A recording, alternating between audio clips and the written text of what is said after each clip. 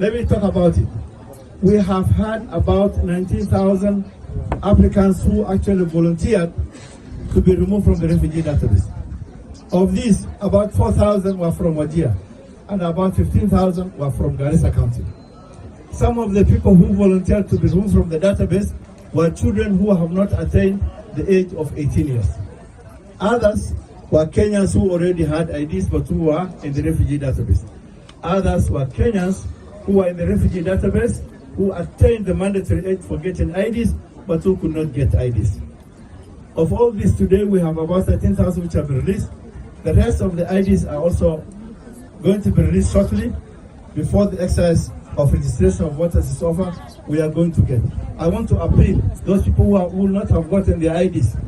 Please be aware that we are still working on this issue with the government of Kenya, and the government is working hard day and night to release those ID cards before the end of the exercise for registering voters.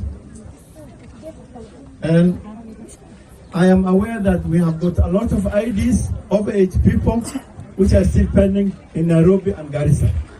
I want to appeal to Mr. Karuga, please, let us have all those cases of the Daadab, people who have actually applied for IDs, who are overage, who do not get IDs. We want to know what's the problem. Let us solve that problem. We have spoken with the director, Mr. Kimoda, and it has been agreed that all those pending cases should be removed, should be resolved once and for all. We also know that some of the elderly people who got IDs recently cannot use that ID to get IDs for their children.